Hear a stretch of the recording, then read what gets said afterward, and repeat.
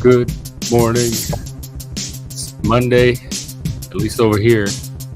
And there's little Juniper peeking out from behind the firefly wing, dragonfly. Hey, Juniper. Juniper, what are you doing? Happy Monday. Happy week. Happy beginning of week. Welcome, everyone. This is our weekly, daily show. We're back. So what's up? If you want to come on and talk, feel free. It's an open panel. In the meantime, I'm just looking at the news, seeing what's going on. And it looks like the big deal today is that the Pope is letting Catholic priests bless same-sex couples as long as it doesn't look like a marriage. I'm reading it right now to get the details. Which is really strange. It's like you would think if they would want anything, you think they would prefer that the couples be committed in marriage and it not just be like, so like it's fine. It's fine. You can be gay and be in a couple. I guess in that sense, even a throuple. That then, like, why not? Why not multiple partners? Why not a polycule? Because but as long as you're not married, that's just so bizarre. Here it's this. He suggested. So it's all vague. He said it says Francis suggested that such blessings could be offered under some circumstances if the blessings weren't confused with the ritual of marriage. So the blessings can't look like they're blessing a marriage because they don't want to get it confused with a lifelong union between a man and a woman. Which, I mean, isn't they can't be tied to any specific Catholic celebration or religious service, and they can't be confused. They can't be conferred at the same time, so they can't be part of a civil union ceremony either. Does anyone even have those anymore? Civil union ceremonies? And it can't involve set rituals or even involve clothing and gestures that belong in a wedding. So it can't resemble anything that people associate with a wedding, but it can still be a blessing. Oh, that's so stupid. Yeah. So anyway, that's the news. If y'all have more news to tell us about, come on and. I was checking like my little newsfeed thing, but I don't see much. I had an article from the other day. Oh yeah. Wanted to bring up, but then just things pop up to a direction, which is fine. It's like that's the good thing. I don't know if I can find it. I don't remember what it was now. I'll look through my history or something. Like it shouldn't be too hard to find. I think it was just like 2 days ago or something like that. But yeah, it was something. It was some article about. Had something to do with this this study about teenagers weren't having sex. But the I don't believe that. Maybe because I kind of hear some of that on the Crucible, and Andrew's been going on that whatever podcast lately, and I don't pay attention closely to it, but I kind of hear little murmurings of similar stuff. But I still don't believe that like most humans have stopped being sexual, or most teenagers. Well, it's mostly like but the way the women are now, like the way they're so against men, I can maybe believe that. But what was the study? Try to find it. Well, the thing is, what I think is funny though is that this is like about teens, specifically like people under 18 having sex.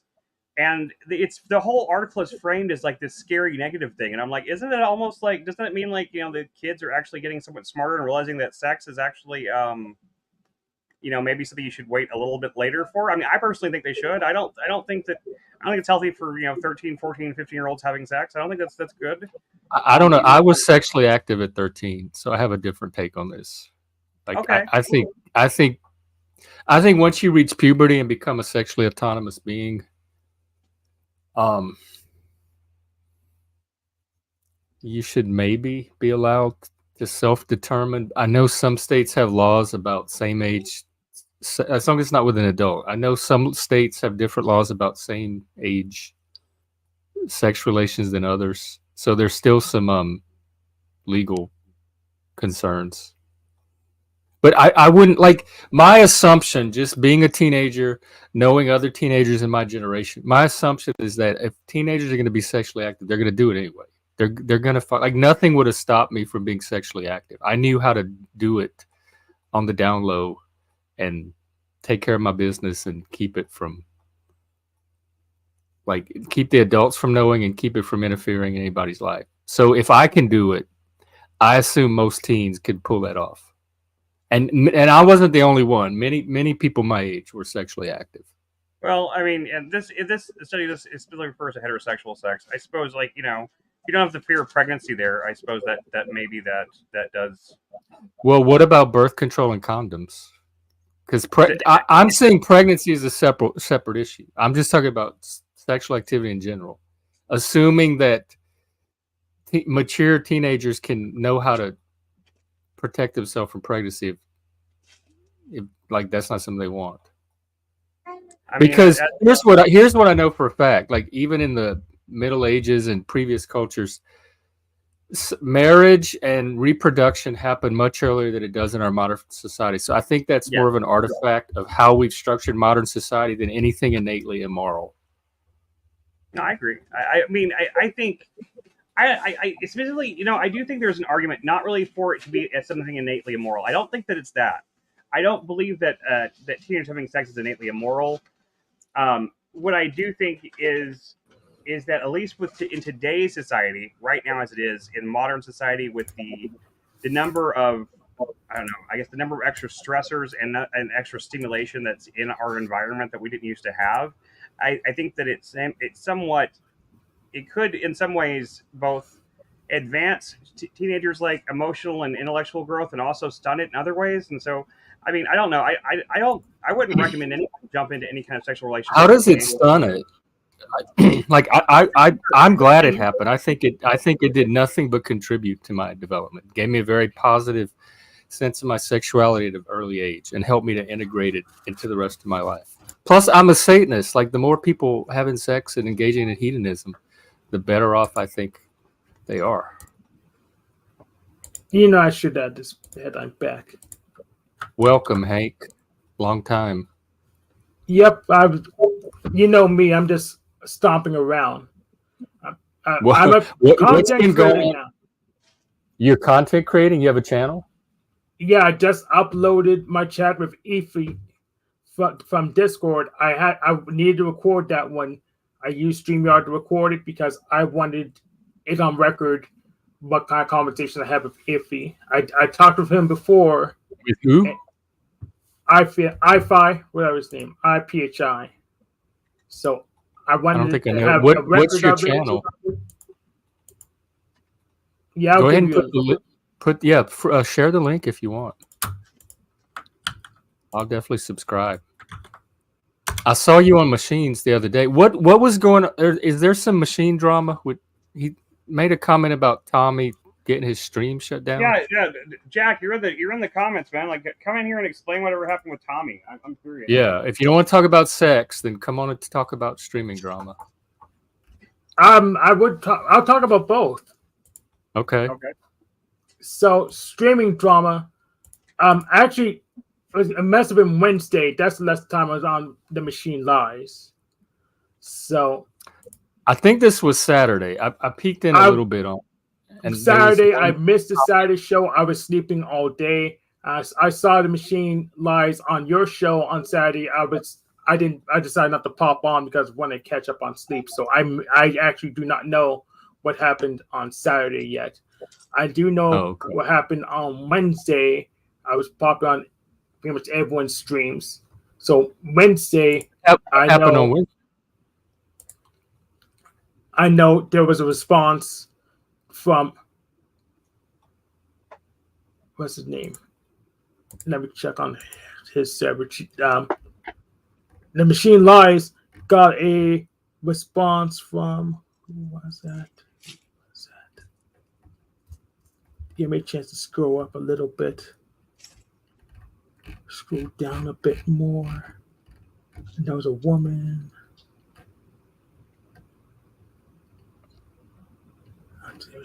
Yes, yeah. Denise Matthew respond to The Machine Lies about she accused The Machine Lies and Illumitomy of being Discordians. She happened to leave my name out of the whole discussion, yet I'm an open Discordian. So Tommy's a Discordian too. I That don't explains a know. lot. I don't know. As Denise, Matthew, and Well, he certainly sows Discord. I don't know about him being a Discordian, but I will if I would have to bet not. I did ask Tommy on his not on there. I asked him on his community tab. I may get to Rage Monday and ask him then. But if he was a Discordian or what he meant by God and he didn't respond yet, if I had to bet, he would not say he is Discordian. But who knows? Would a Maybe Discordian tell the truth? No, about maybe that? the gods told him not to disclose and told me to disclose. I don't know. Okay. Jack, do you have any other illumination to share? And I want to make a disclaimer. I don't care about it. It's nothing I care about at all. It's just something to talk about. So we could easily talk about sex or anything else. But I do know that some people are interested in the streaming drama. sure. I don't mind. But I don't stay up at night wondering. Me neither. There's the only two people who stay up at night worrying about streaming drama, and that's Officer Snaps and Officer Tarek. Officer, yeah. Yeah. Snafu, Snaps, and Tarek are the only two people who really care about streaming drama. Yeah, it seems like this is their whole life. Yeah.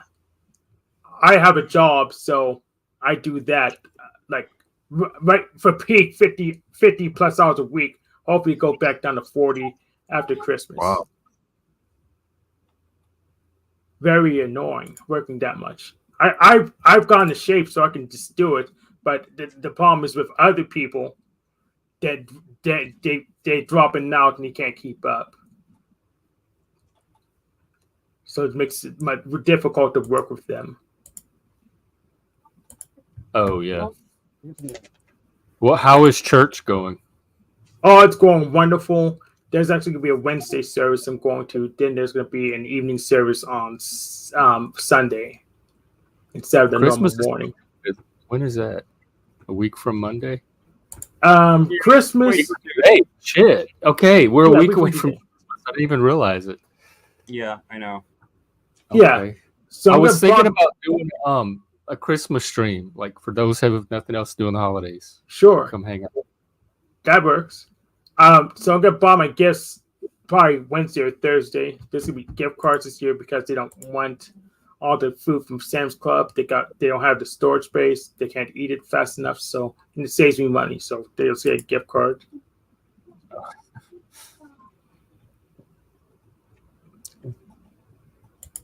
Yeah, it's Well, is there anything else to say on the sex topic? I don't have any tweets today. I can check Twitter. I mean, right now. I don't know. I just thought it was really strange how the USA was Oh, I didn't look at the article. Hang on, let me pull it up. was looking at it as it just seemed to come from such a negative perspective about it. But I don't know, which is it like this? Like I guess is it. I don't necessarily know that it's in like positive or negative. But Wow, how is the rate dropping among boys separately from girls? Is that part of that state, like some of that shit, like the where all the few men get all the girls kind of thing, something like that. Probably. A handful of men get all the girls and everybody else.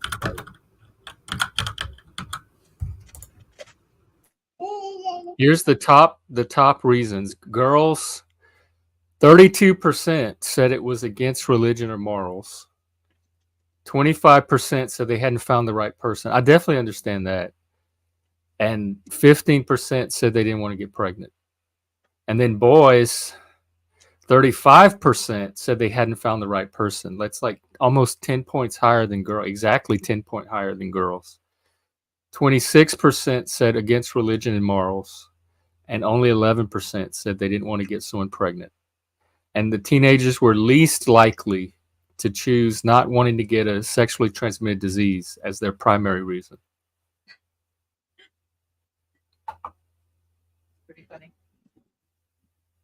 So good job, teenagers, if you're lowering the rates of teenage sex. I mean, I'm not saying it's just like I don't know if it's a good thing or a bad thing. I just thought it was an interesting study that kind of like I don't know, I thought it was framed oddly. Like they because like Most teenagers I know had lost their virginity by the time they were 18. Like I'm having to think really hard of people who didn't. I didn't, but I'm a special case. So. Me neither. 22, and I had to play loose to get that too. So. Oh. I mean, I was 19. 22 still. So. And you know what? I had to go loop back and do my rebellion phase because I skipped that during my teenage and 20s. Yet society really took it to me. So they're going to get it. And I'm trying to get more leverage so I can actually do some damage. Yeah, you'll find much less leniency when you're older, though. So you got to watch out for that. A lot more lenient towards teenagers getting into trouble than they do like people in their late 20s, 30s, and such. Well, where I'm going, I won't need leniency. I really can go to like Thailand or something, and I should consider that, but that's not what I was thinking. What were you thinking? I was thinking of bringing back Chick Tracks and drive the moralizing overdrive until Bringing back what? Collapse. Bringing back Chick Tracks? Doing what? Chick Tracks? I'm going to accelerate the moralizing until they break their stuff. What's Chick Track? Oh, you have a that's the weirdest way of someone sewing the well I've ever heard. That's amazing. Jack Chick was a Christian apologist that liked to moralize with cartoons. Jack Chick Tracks before, man, that they're insane. They're like these things. There's like these little booklet comic books, and they tell every one of them ends with the main character in hell pretty much because it's all like they do some sort of they do some sin and they end up going to hell, and that's like this every single one of them. Oh no, I didn't look at. You talking about the little comics? I didn't look at any of that. Yeah, I don't like. I'm not a comic person in general. I definitely would not. They're super woke, and I want to drive the woke overdrive till like the best thing you can do with the woke, I think, is let them die away because they're starting to. They even they don't reproduce, so it's pretty easy for them to die off. There was something. Oh shit! I should have bookmarked it. I saw something today about Harvard was changing some of their policies. Like they're keeping the president gay, but they're going through and changing some of their policies to make it more friendly. Also used to use it like keep their president gay. I know her name's gay. I know. I thought it was funny. The timing of like whenever where you spaced between saying president gay. I thought it was funny. Anyway, sorry, I wasn't trying to. Oh. I was trying to. It just made me laugh. And I want to explain why I was laughing. But yeah, I know they're not going to fire her, of course, because she's a woman of color, obviously. She's probably at least a few other of the check marks. So, let me try firing her would be like the equivalent of, massacring like a whole village of something. I don't know. It's just like you can't take a job away from someone like that. Yeah, you can. That's what I'm just like.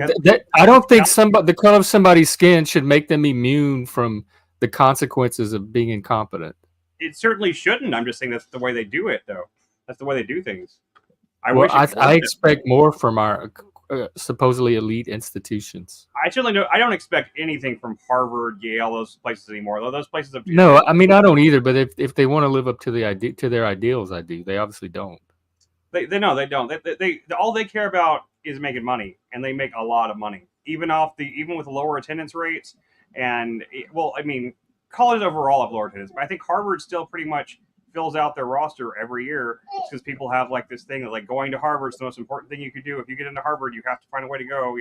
They'll parents will sell their house, they'll do anything to get their kid to be able to go there, and and then they just go in there and they get some useless degree that doesn't matter. Or they end up a writer for SNL, I guess. Chris, Ivy League institutions or slush funds?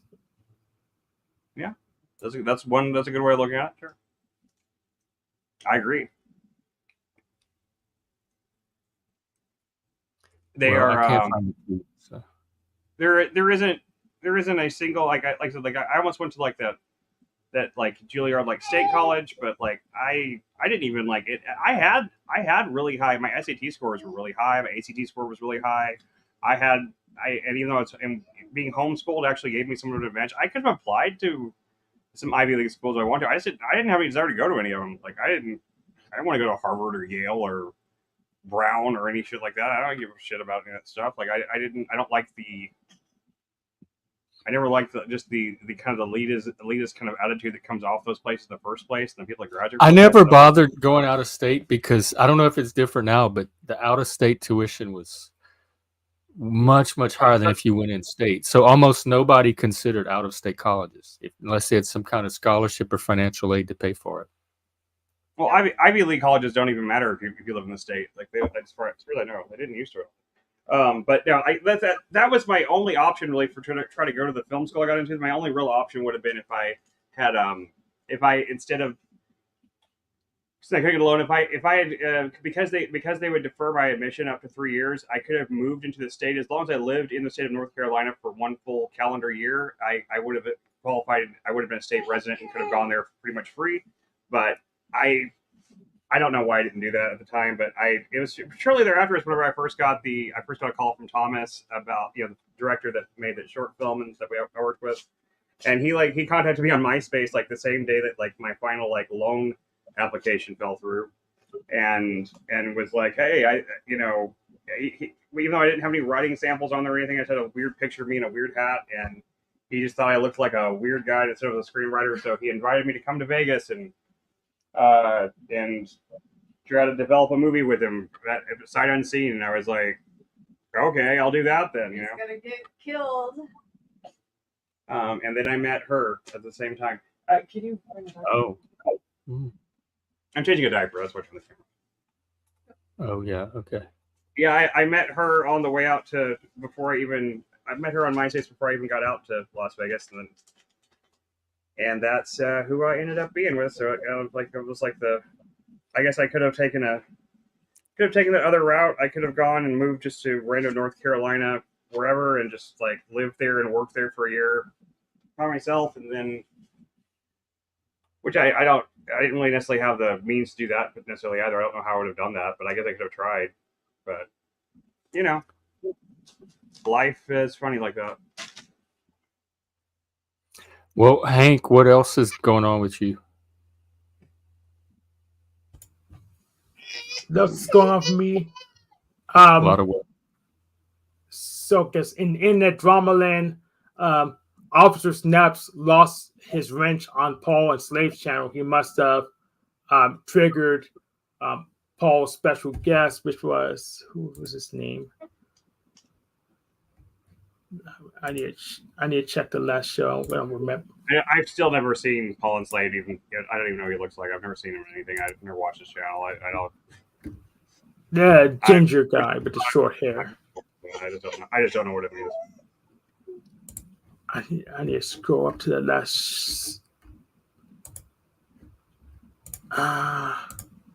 See, this is how much I pay attention to drama. I don't pay too much attention to it. I forget it. Yeah, like we don't. It didn't even sound worth talking about. We don't have to talk about it. It doesn't sound like it's interesting. Yeah, Stephen Martin was on, and he had some good advice about trust funds and stuff. I think. Okay. Well, if you have a trust fund and you want some good advice, go check out Stephen Martin on Paul and Slave. Yeah. We went on Sitch and Adam yesterday in the comments because they were talking about that Satanic Temple display, and didn't really stay long.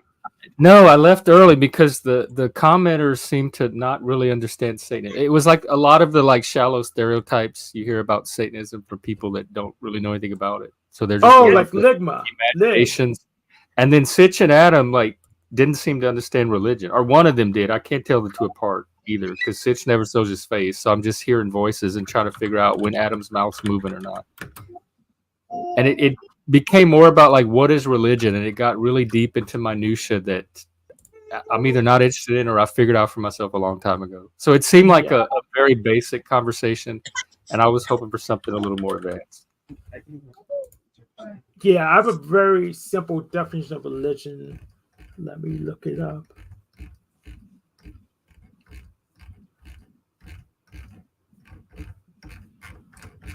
Sure, let's talk about religion. Sex didn't go anywhere. Neither did drama. Maybe religion is the topic of the day. Where it's down from here. I have the definition I like, if I can find the book. Yeah, go ahead. So, religion. My definition of religion is the process of manipulating the variation of a universe. So, like the what of the universe? The variance of a universe. So, pretty much, your blinders, your worldview. That's religion. That sounds more like magic. I make it a synonym. My religion and magic are synonyms in the framework I use.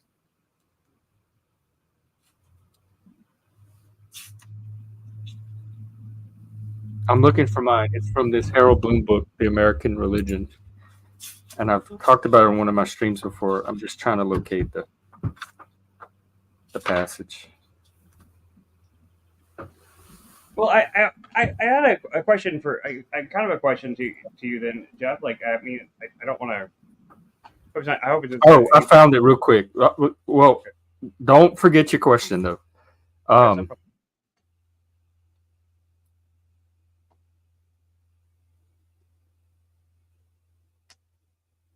At the origin, there is the manifestation of the sacred as power, and there is the human experience as object of that power. The power can be an indifferent destiny rather than a god or gods, or it can be a force that intervenes, whether benignly or malevolently, but still without a consciousness or personality of its own. Whatever it is, to be surprised by it is to be avoided if possible. Awareness and observation are necessary in regard to it, and probably preceded worship or reverence as the proper human stance toward a more than human power. So it's whatever we perceive as some kind of power greater than our own consciousness that we respond to. Religion or God is? Religion. The God, the power doesn't necessarily have to be a god or even a consciousness. Just like lightning and thunder and all that was a power to the early primitives that they responded to and developed some kind of mythology around.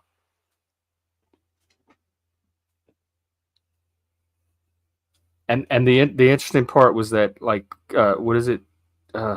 Curiosity and observation is more likely the initial response to that power than even awe and reverence.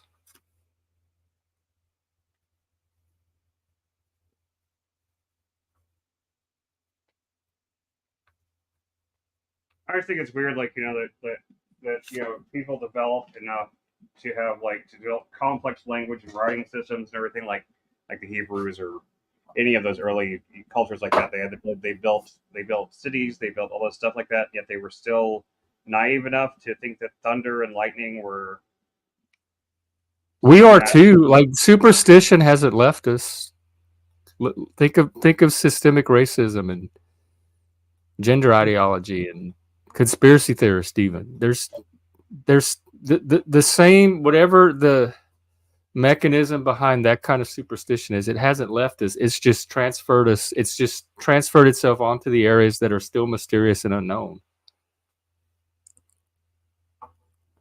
What was your question? Oh, I was just gonna say, because, like, but in between when we were watching that TV show, when you came back, I watched that movie Doubt. Oh yeah, with Meryl Streep. Right. And you seen it? You said you'd seen it before, right? Yeah, I think when it first came out. I hadn't seen it in a long time. I didn't remember much about it, but you know, like one of the major scenes in the movie, like, involves, like, when Meryl Streep's, like, you know, really pious. Okay, wait. We don't know how much is belief, literally, or encoded language to tell a story, Chris. How much is it belief, literally, or encoded language to tell a story? Yeah, I know what you mean. Jack.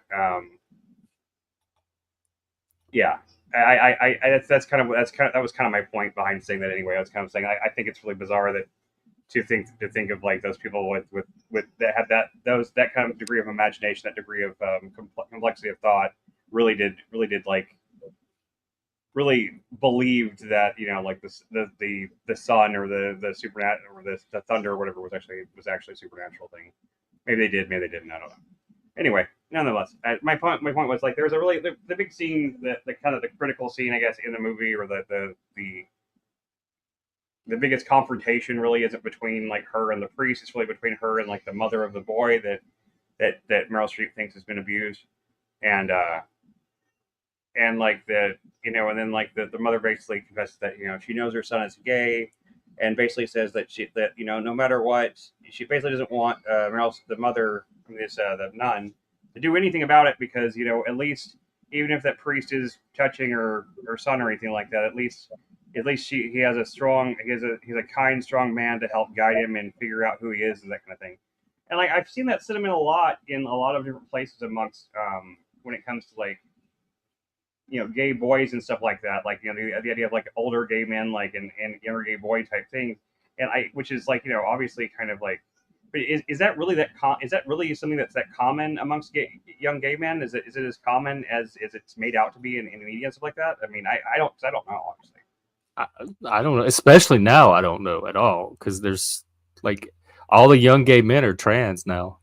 Well, I mean that's what like Milo got canceled for. Remember, because some comedy he made about his relationship when he was 14 with like an older man, like in the 20s or something like that. And, his Catholic priest. Yeah, Catholic priest, right? I know that in like ancient Greece there was a tradition of an older man mentoring a younger man, and there was probably some kind of romantic or erotic relationship involved.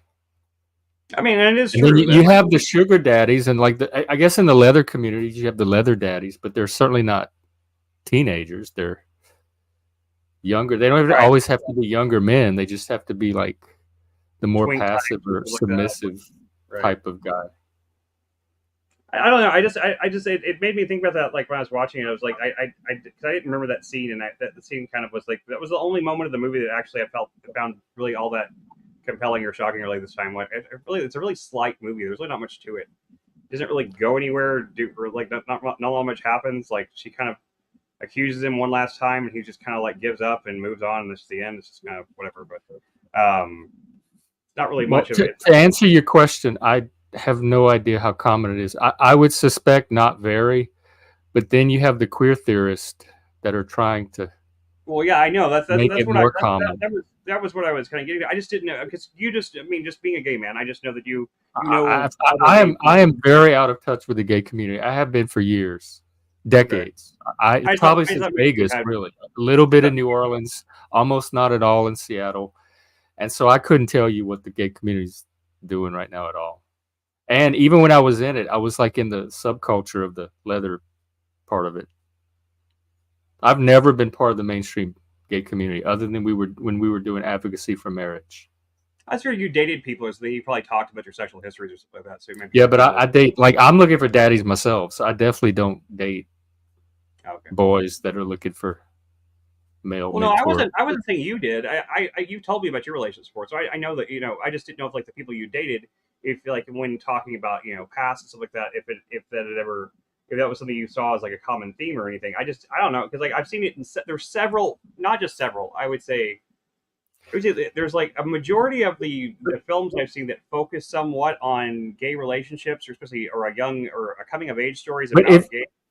They always seem to have some kind of aspect of that in it, and I think. But if you're talking about, like, are you talking about underage? Because that I have no idea about. Like, even my knowledge of the gay community would be 18 and up. I have no idea what young gay kids are doing. Oh yeah, I mean, like it seems like in so many, like in like that movie and Doubt, and like I said, like the mother was basically like saying like she condones whatever, because at least like because the boy's father beats him for being gay, and like at least if the priest is being kind to him and teaching him about himself, then it's better than the alternative. And then there was another movie, Running with Scissors is another movie that it's David Sedaris's, based on one of David Sedaris's like short stories from one of his books that also has like a very similar thing. I've seen a lot of media.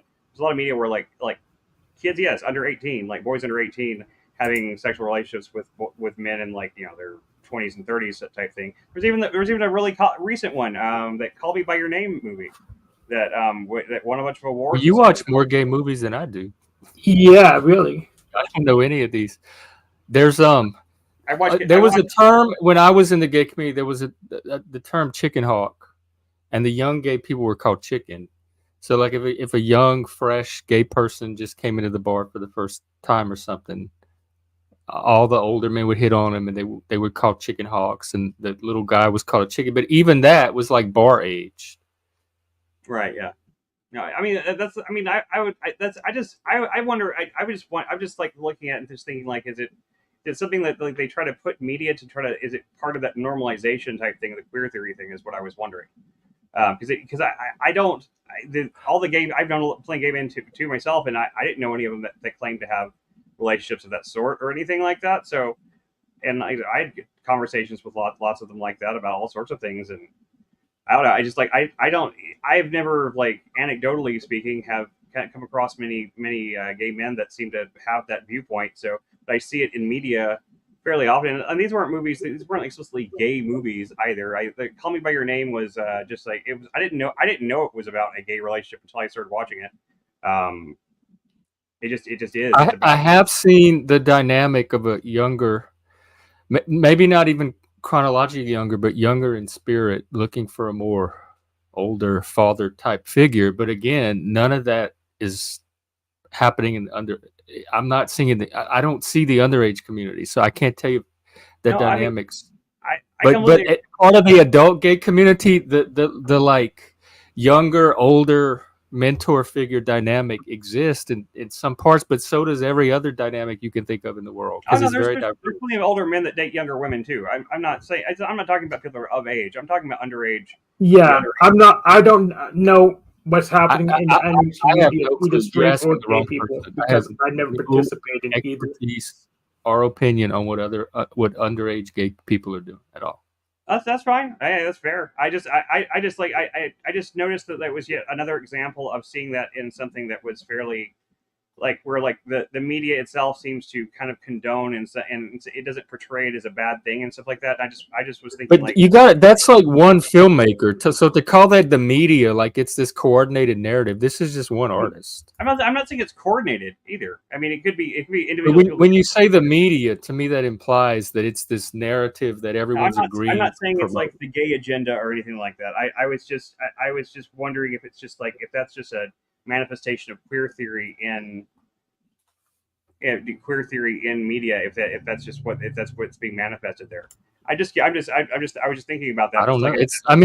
I don't know. Let me read a little bit up about the movie. Like it's the development of it. I mean, Doubt isn't. I mean, that's just like the mother. John Patrick Shanley.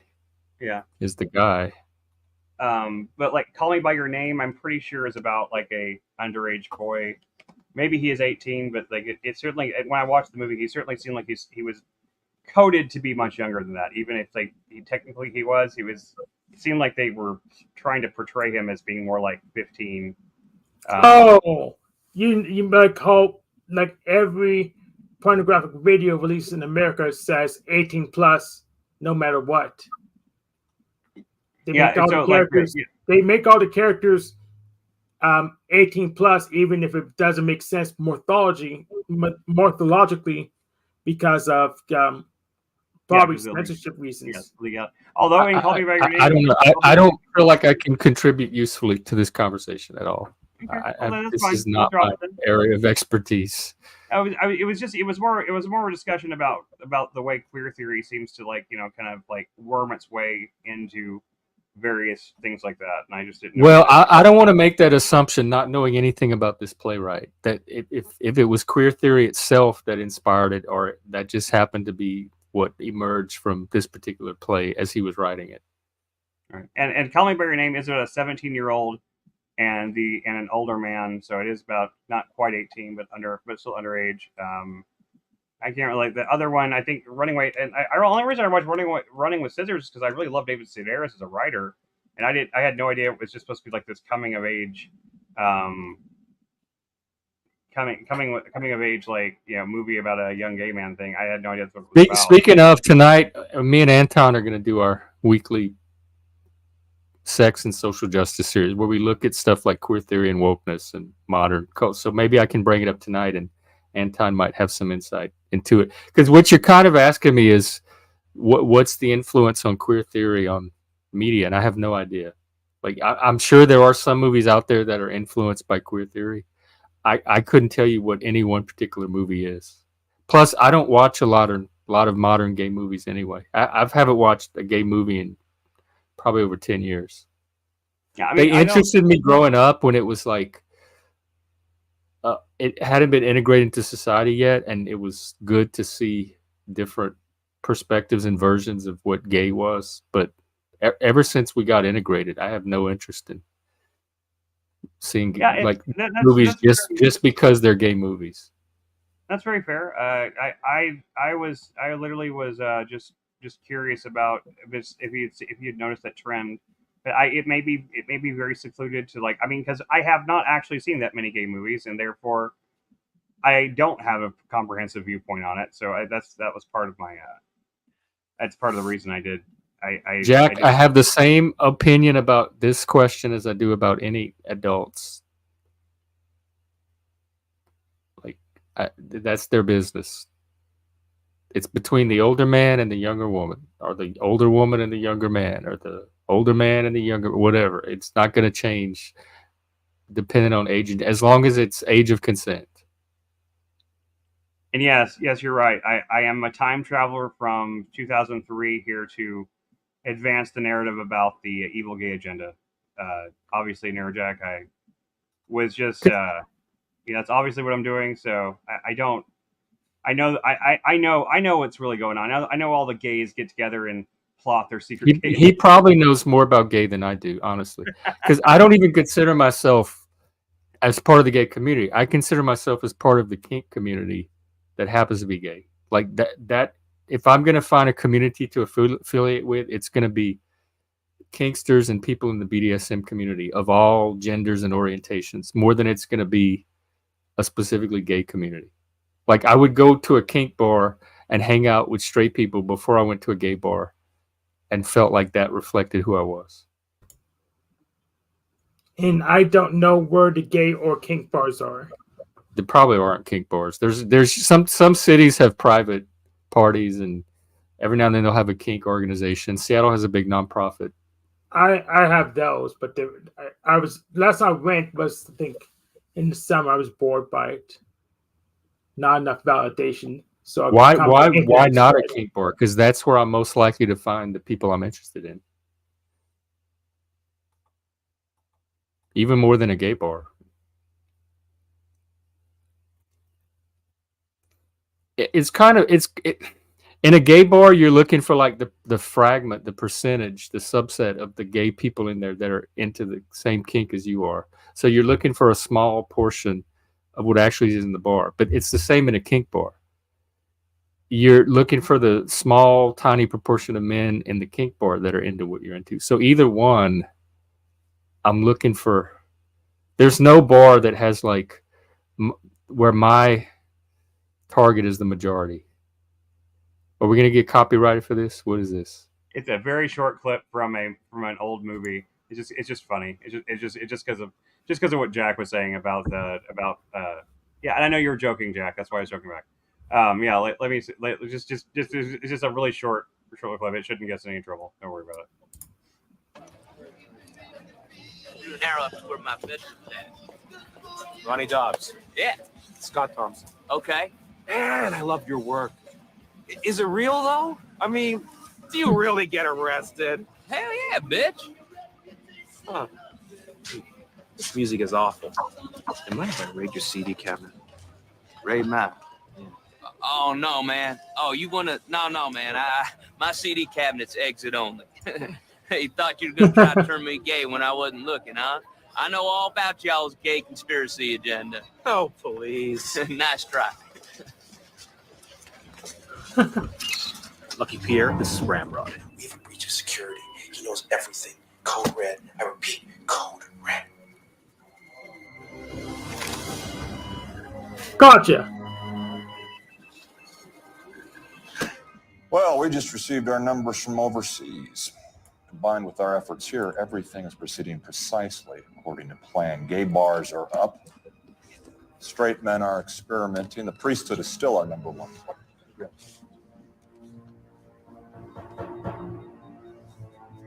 We got a leak.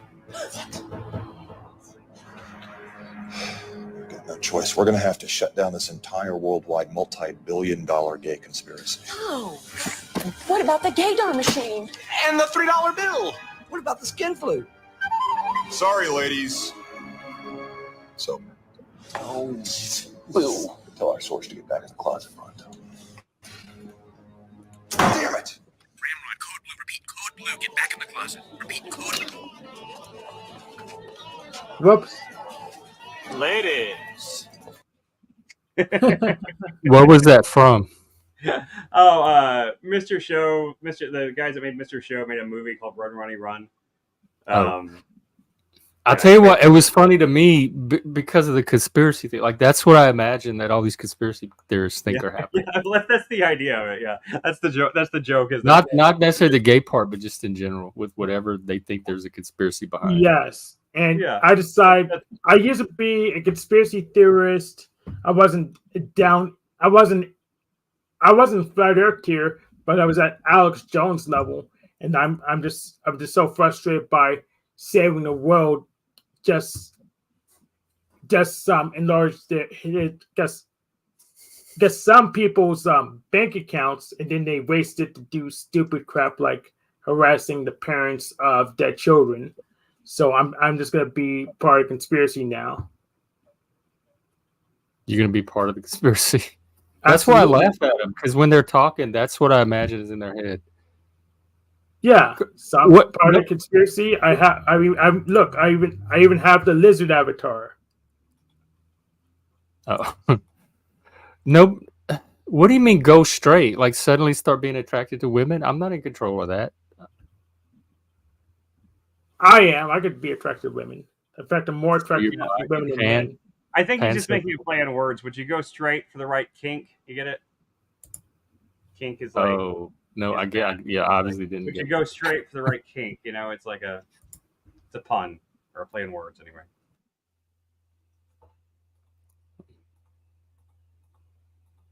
Okay, well, religion led right back to sex. Well, I mean, he says, why a kink bar? What about kink attracts you? I mean, it's like, that's a really broad category. I mean, kink is like a What whole, what about your sexuality attracts you? If a woman, no, I would no, nothing with the woman, no, never, nothing, no. Can't believe you didn't ask that. It's a yes for me. No, my bedroom is men only. How about you, Chris? Yes or no to women? Y'all Yeah, can I'm- have I'm all the married women. to one. I'm married to one. We have still a sexually active marriage. So Jack yeah, is down the hall. Hank is down the hall. Go see them. Okay, so Chris is a yes for women. I'm a yes for women, and Jeff is a no. yeah, that's Big no. no. Yeah, I mean, I that's- barely even like them as friends. Yeah, you Definitely really, not yeah, as but bosses and you really coworkers. like to be around women or female. But there's this no. What I learned. Okay, here's what I learned. There's this new term called awful, AWFL, women. That when I complain about women all the time, I'm actually complaining about these awful women. It's affluent, white, female liberal. That's the women that I keep having the problems with. And now that they have this, hilarious acronym, that really is an amazing acronym. Yeah. Whoever thought of that needs to get an award, an acronym award for the year. Best acronym of 2023 right there. That's those are the women I talk about. So it is not all women. I have a name for it now. It is the awful women, which are most of the women around me in the Pacific Northwest. But if you're not an awful woman, then nothing I say about women is directed at you. Mostly, there's still a few things, probably like the neuroticism. I mean, The there's still plenty of emotionality. plenty of amful guys as well. So I guess that would, if you're placed the W. Yeah, probably so. But I find more like here in the Pacific Northwest, I can find 10 awful women right now just walking up my door. Well, let's say maybe 50 awful women for one asshole guy. What does it stand for one more time? It's affluent White, female, female liberal. So for it to be a male version, it would have to. Oh, Jack, don't start. Don't start. I'll tell you my experience with. So a trans man is a woman that transitioned to a man, or is Yes. process? Yeah. My trans man is- experience with those people, because I did my first podcast with one. I started my first podcast with a trans man. He was intersex actually, but Yeah, trans men are female. is that their reaction, their conflict patterns, are still female. Like regardless of how they physically appear, they're going to react and engage in conflict the same way as a biological female would. So they read as female to me psychologically. Yeah, I would say that just normal lesbians read more masculine than trans men do in every case I've met one. And in fact, in most of the cases where I've only actually in real life encountered someone who claimed to be a trans man twice, and in both cases, the only reason that they identify them as a trans man, in my estimation, was the fact they said so, because they dressed in girls' clothing, they wore makeup, they weren't taking hormones, they had no, they did not present in male in the slightest of ways. Just like these people you see on TikTok, they're like, what about me?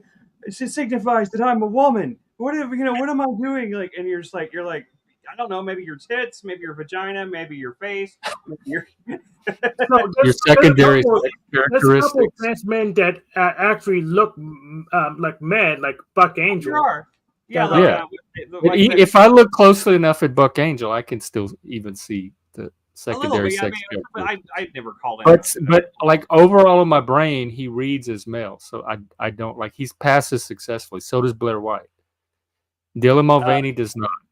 He looks No, like a little definitely gay boy in drag. Have you've seen the guy Marcus, the offensive tranny? You've seen him before?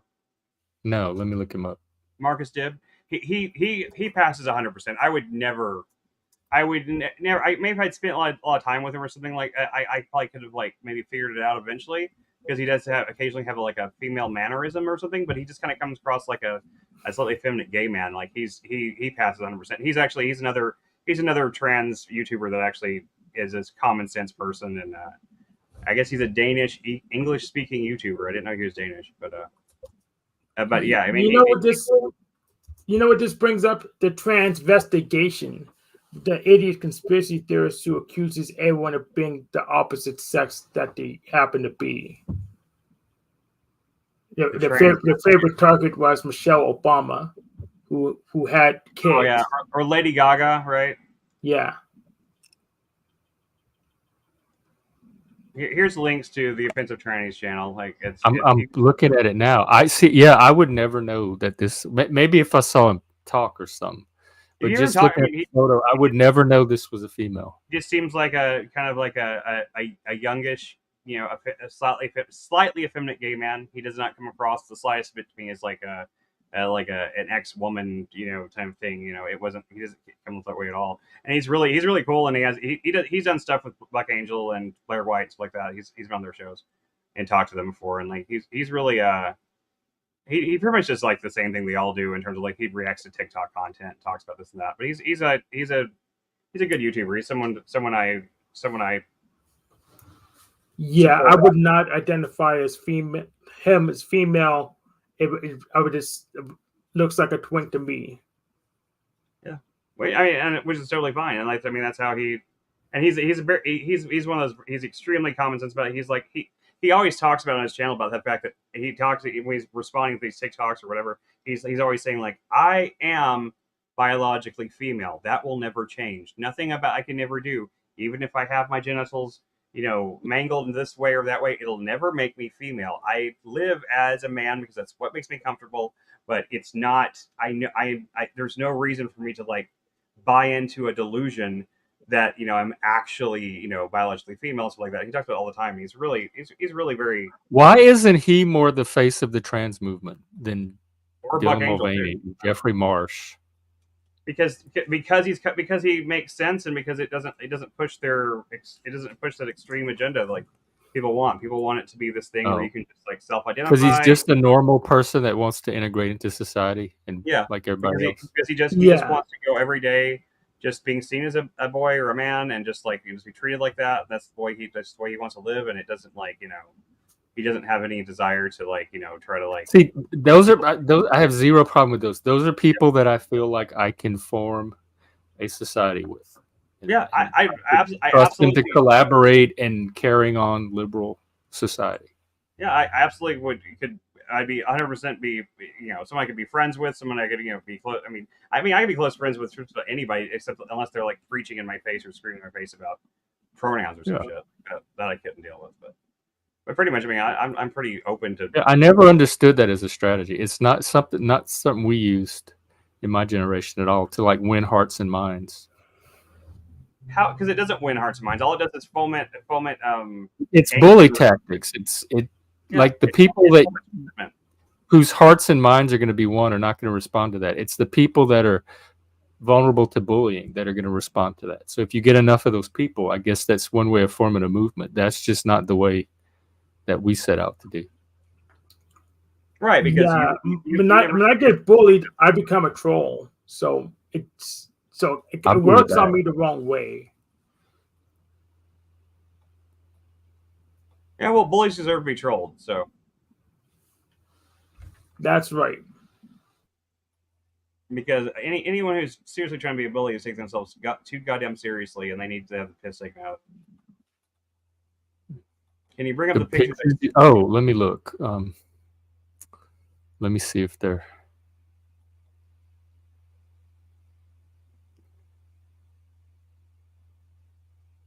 I don't even understand. Yeah, I'll bring them up just a second. You should amend the meaning of awful to affluent white female libtard, though, I think. Let me see if it lets me share off a Discord. Oh, I probably shouldn't do that because it has all. Hang on, I have to open them in the browser. Cool.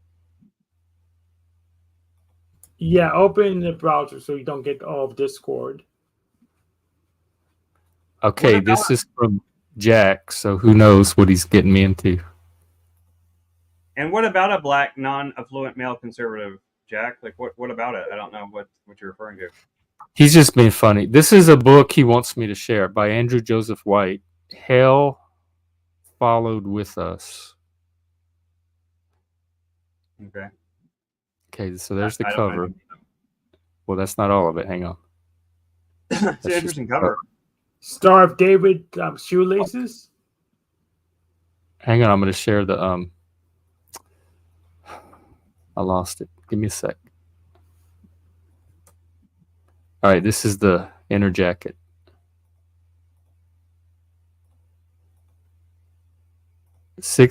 Ooh. 16-year-old trans boy Benji is on the run from the cult that raised him. Prepare to die. His kingdom is near. The fundamentalist sect that unleashed Armageddon and decimated the world's population.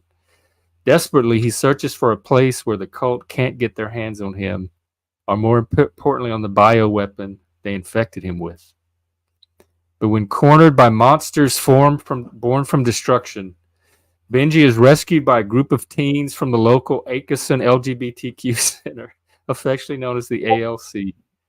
The ALC's leader, Nick, is gorgeous, autistic, and a deadly shot, and he knows Benji's darkest secret. The cult's bioweapon is mutating him into a monster deadly enough to wipe humanity from the earth once and for all.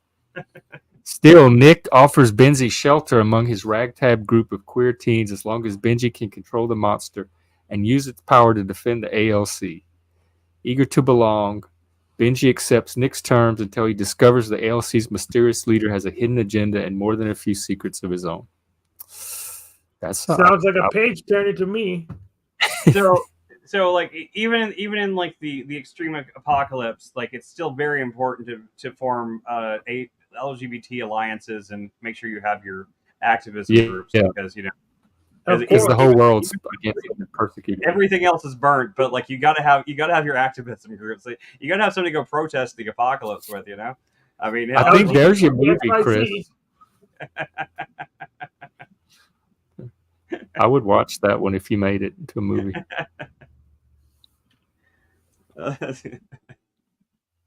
That's a hell of a premise there.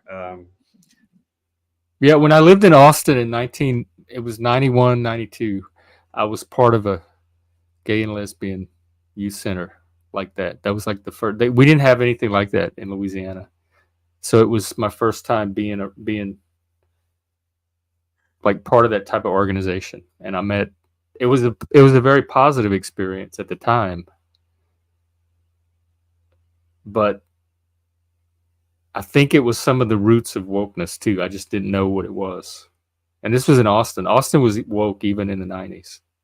I just didn't know what woke was, so I didn't pay attention to it. It didn't bother me. Woke is older than you think it is. If you remember the it goes all the way back to the French Revolution. Yes. And Robespierre and the Reign of Terror and the Jacobins. Yeah. In fact, no, but it was run by lesbians. The wokeness. It was some lesbian lady that run it. It was very feminist oriented, but I didn't really know what feminism was at the time. And a lot of my friends were feminists, and they were cool people, and we all hung out together, and we all got along. So I didn't know that feminism was this, or had the potential to be this destructive force that it is.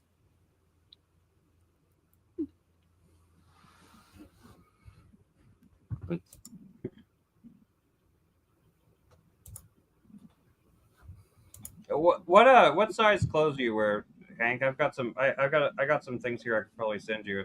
Large. Just large, just general large. Yep. What about pants? I have tons of jeans. I usually don't wear jeans. I buy some.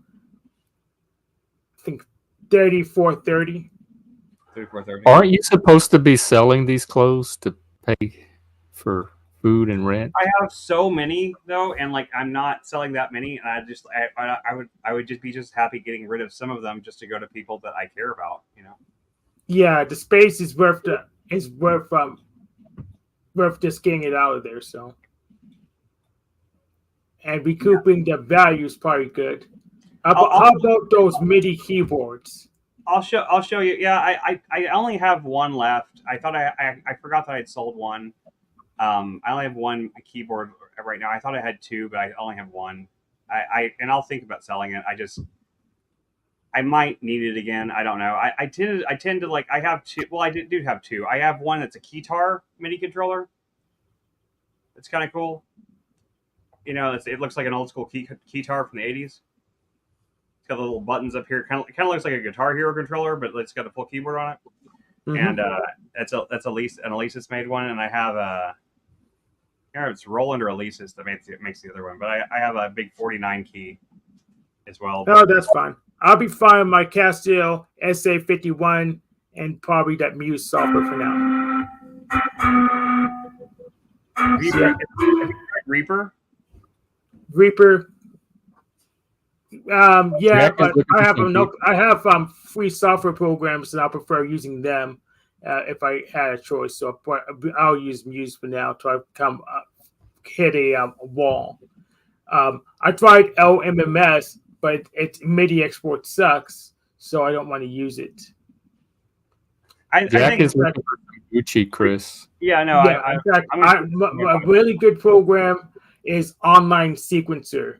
So it's not free software, but it's just plug and go. It's a online synthesizer, and it has one sound font to use, but you don't have to set it up. Let me get a link for it. I still say Reaper. Even if you pay for it, it's cheap and it's free otherwise, and it has the best. If you like to do sampling, it has the best sample interface of any DAW that's out there. I use Linux. Does it have a Linux port? As far as I know. Can we get back to sex and religion? This is going to get way nerdy way quick. Sorry. I'm not sorry.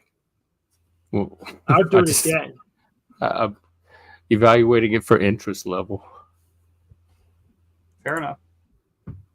And just to answer Jack's question, I don't believe I have any XL Gucci. I do have one large Gucci shirt that I could show you, and that's it's a very nice one. It was one of the ones that one of the stars of Mr. Robot wore on the premiere for the 3rd season of the show, and I don't really know how I came across it, but I got it, found it at the thrift store, and it's a real Gucci silk top, but it's a women's top, and it's a large, so I don't know if that would be anything that. There you go, Jack.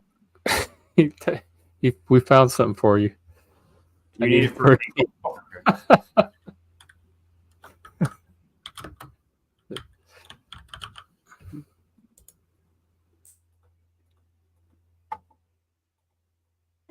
I also have several suit jackets, and those are for some reason they never sell on Poshmark, and I have several of them.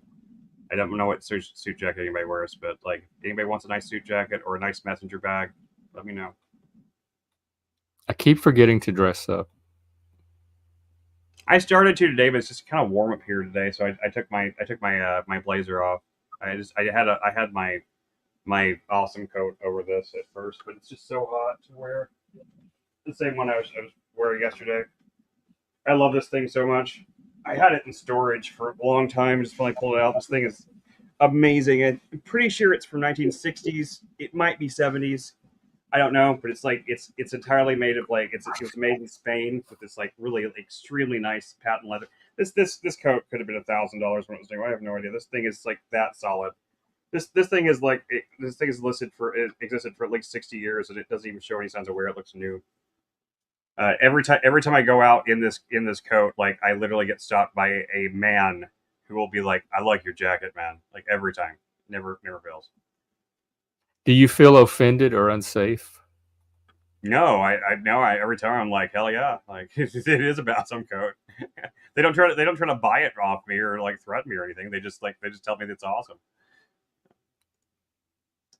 It's kind of a Matrix jacket, Jack, but it's not quite. Let's see, it is kind of long like a Matrix jacket. It's not quite a duster, but it does go to my knees, and it, as you can see, it's got like these big 70s like things like that. It's just a badass coat. It's just like you can see like even the lining of it, everything about it.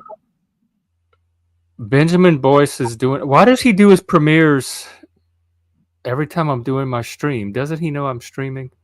Probably not. Tell him to stop. Tell him to stop. He's doing the night before wokeness. So I want to check this out and see what it is. The night before wokeness, and all through the house, all the So women let's- were stirring, all the trans people were stirring to try to. I don't know. I lost. I thought I was going to come up with something clever, and I didn't. So. Through news feeds and shopping from home. When out on the lawn there arose such a clatter, I rose from our bed and checked on the matter. Across the room to the window I went with my flash, expecting a crowd chanting, "We're here to bash fash!" When what to my wondering eyes did appear but a chorus line decked in regalia most queer, with a leader so flamboyant my aorta took pause, for I knew 'twas none other than dear Gender Claus. His chorus pink as flamingos, sequins blazing on gowns, their leader whistled and shouted and declared their pronouns. Now he they, now she they, now they them and theirs, on she her, on he him, on all y'all and theirs. Leap now to the roof of this gentrified complex, for property laws bind us no more than the binary of sex. Thus up to the top of our condo they danced with such dazzling grace I did not have a chance to avert my wide eyes. My SO came up behind me and peered at the revelers, so neon and shiny. As I drew in my breath and was turning around, down through the HVAC came Gender Claus with a bound.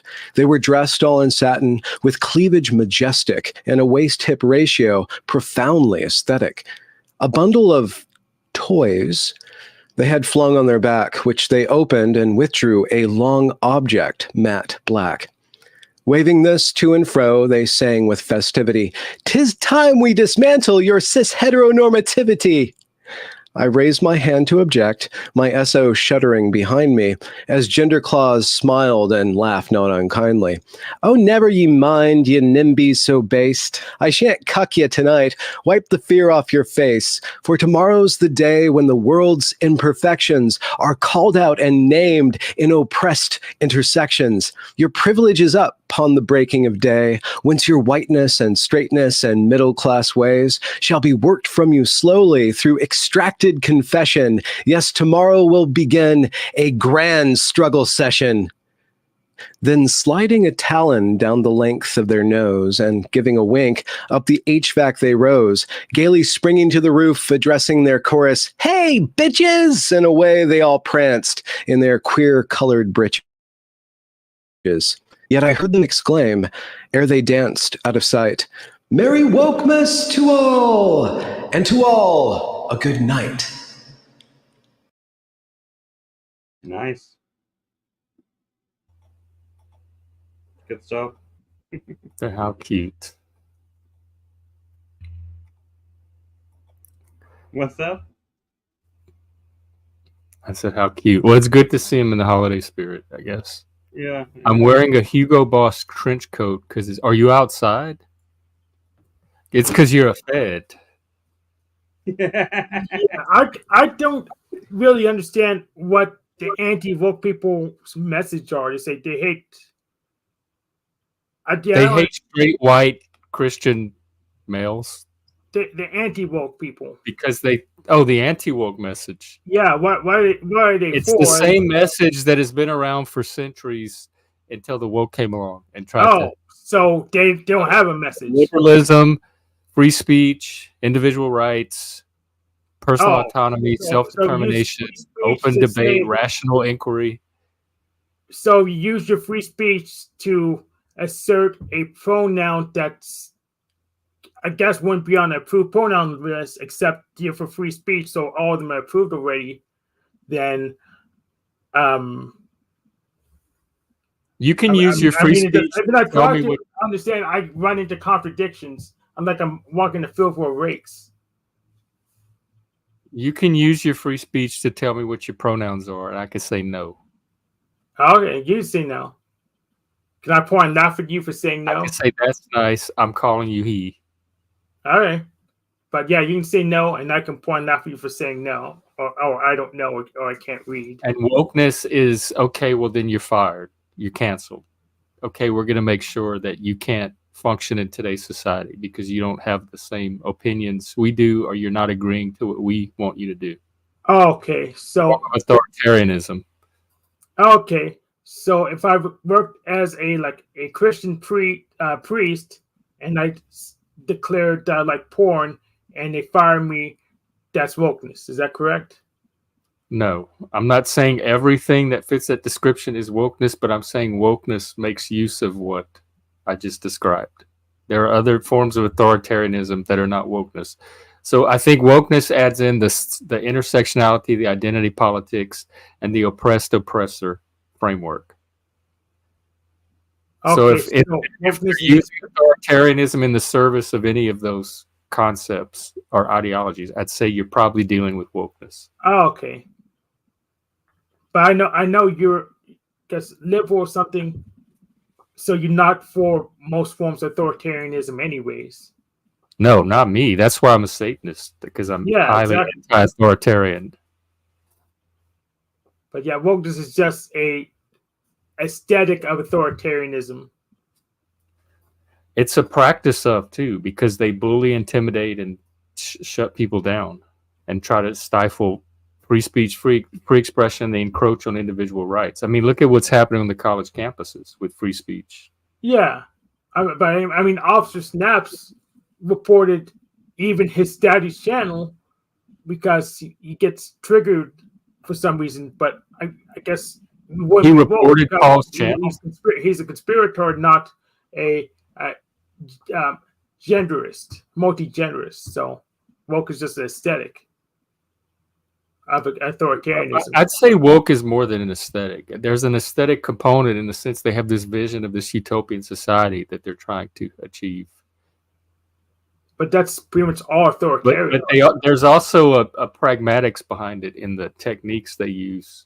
Rules for trying to radicals. keep society. Yeah, the techniques is literally just rules for radicals. Did you said Snafu reported Paul's channel? Yeah, he did. He reported pretty much all the Paul's channel because he's triggered. So he admitted that he reported even Paul's channel. And you know what happened? He lost it. He lost another YouTube account because they were false reports. So what happened? Like anybody can report a channel and YouTube believes them and says, "Okay, we'll take it down." Nope, because they didn't take any of his target channels down. They took his own channel down. So he lost his own channel because he made false reports. Oh, Snafu lost his channel. Yes. So he's not around anymore, or he's just going to make it. No, he's around. He had to upgrade from Snafu 8 to Snafu 9. Oh, okay. Yeah, a new version rolled out. New version just dropped because he can't. But same old troll. Finger off the report button before he has something legitimate to report. At least something that YouTube would care about. Snafu's almost worse than Tommy. I have to say. I didn't think it got worse, but absolutely 5 times worse than Tommy. Like neither one of them allows conversation, but Snafu's probably worse about it. Every now and then Tommy has something useful to contribute, and every now and then he'll keep quiet unless somebody else gets something in. You can talk over Tommy. Is never. You can talk over Tommy, but Snafu is too hard. And Snafu loops. It's the same bit over and over and over. Tommy has variety to him and some creativity. And Tommy actually creates his own content where he's not on the panel trolling or dominating or attention seeking. And so if you judge Tommy just on his content alone, he has more to offer than Snafu. Yes. And even Toilet Bowl makes his own content sometimes. Yes. Snafu, I don't know what Snafu adds other than disruption.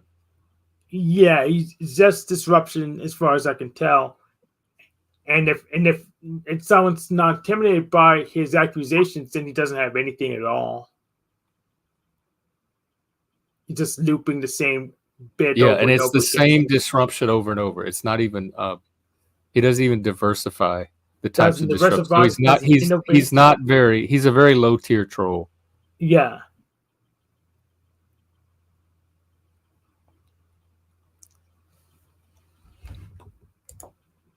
Oh, I forgot to turn my banner on. Well, if anyone wants to come on and talk or join the panel, come on. Otherwise, I think we can wrap up early today. Yeah, it seems like we've exhausted our topics. Yeah, I agree. I'm agree with wrapping up. And I'll be back tonight anyway with Anton. So at 8 p.m. Central. So y'all can join us for that. I don't know what we're doing. Going over some TikToks or something. I'm going to just hang out. That's fine too. I'll send both Jack and Hank. I'll send you some pictures, some stuff I have that you might be interested in. Like, we'll see if you want anything. Let me know in Discord. It's Christmas. I feel like even though I can't afford to buy anything for anybody, I can at least give somebody. I mean, it's new clothes. Like they don't have tags on them most of them, but they're all new. They're never worn. If I left my house and had an actual social life, I think I'd be into clothes more. But I just have to make sure my shirt looks good enough to show up on stream. Yeah, I have an actual social life. Well, that's good. I mean, you're of the age. I had more of an active when I was your age too. Okay, well, I will see y'all later. Copy that. Oh, and by the way, no stream tomorrow. I have a full day and I don't have any time to fit the streaming in. We may do an impromptu stream in the evening, but I'm not going to schedule in advance. If we do, we'll just show up. I Otherwise, understand. we'll see you again on Wednesday at 2:00 Central. Yeah, I'm doing a split shift tomorrow, so I wouldn't watch it anyways because I'm busy working. So I'll either see everyone tonight at 8 p.m. or tomorrow or Wednesday at 2 p.m. So take care, everyone. Have a good week.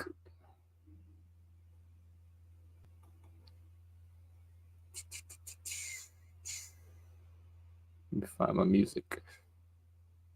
Here we go. Okay. Here's the next one.